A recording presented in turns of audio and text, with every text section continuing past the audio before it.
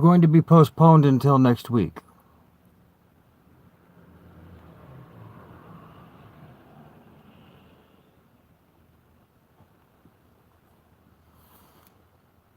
The pill versus the Spring Hill mine disaster.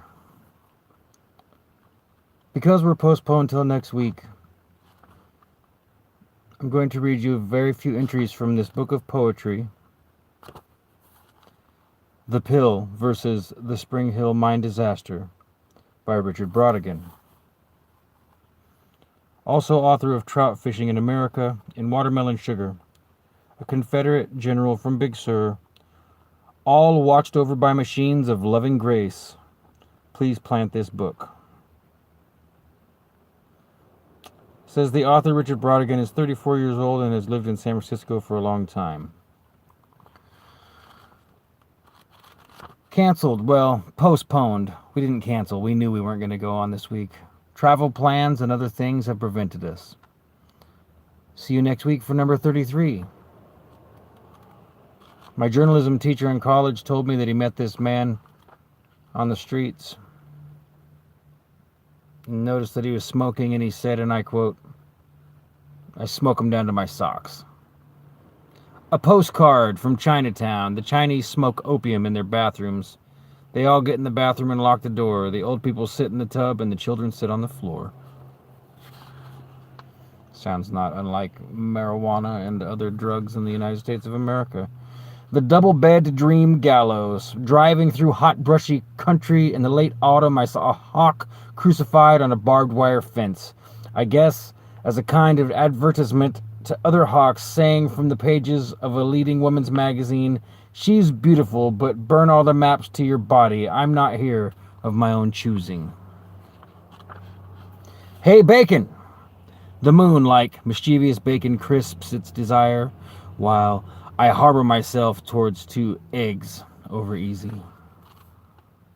This isn't going to last long, folks. I'm going to read only a few more poems, and then you'll have to get your picture show fix by using past episodes or wait 1 week from today. A boat. Oh, beautiful was the werewolf in his evil forest. We took him to the carnival, and he started crying when he saw the Ferris wheel. Electric, green, and red tears flowed down his furry cheeks. He looked like a boat out on the dark water. Oh, goodness. The She Never Takes Her Watch Off poem. She Never Takes Her Watch Off, for Marcia. Because you always have a clock strapped to your body, it's natural that I should think of you as the correct time.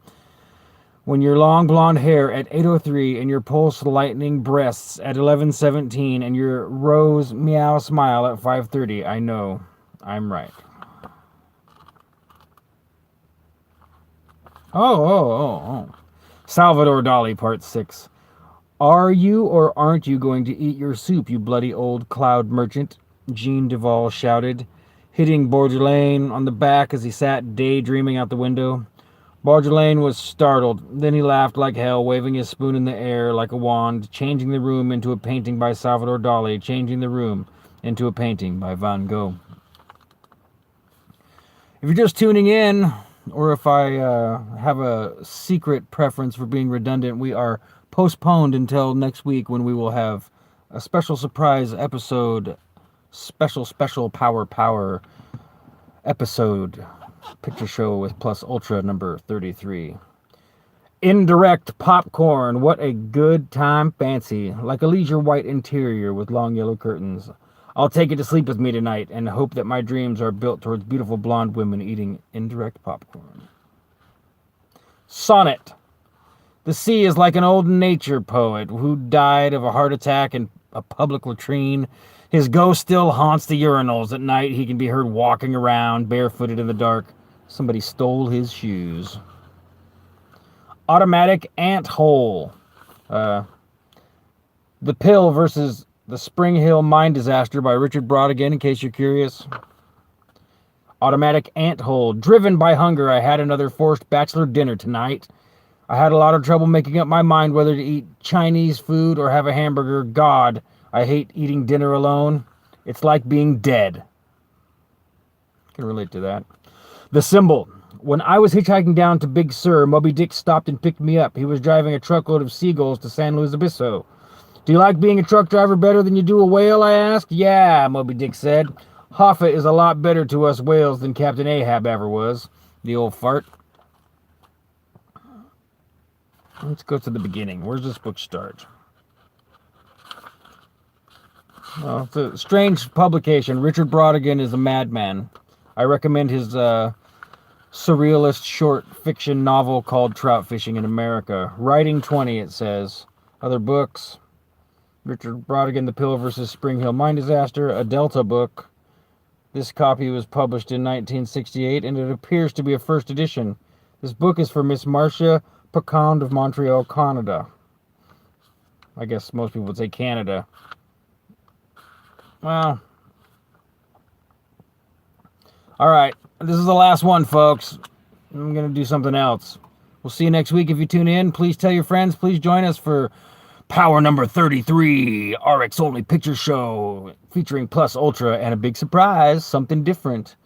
The first poem in the book on page 1, all watched over by machines of loving grace. I like to think, and the sooner the better, of a cybernetic meadow where mammals and computers live together in mutually programming harmony, like pure water touching clear sky.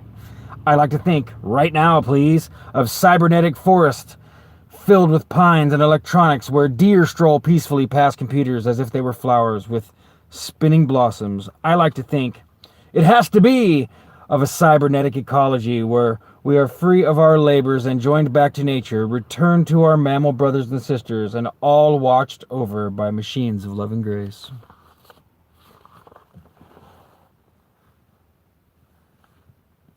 Auf Wiedersehen.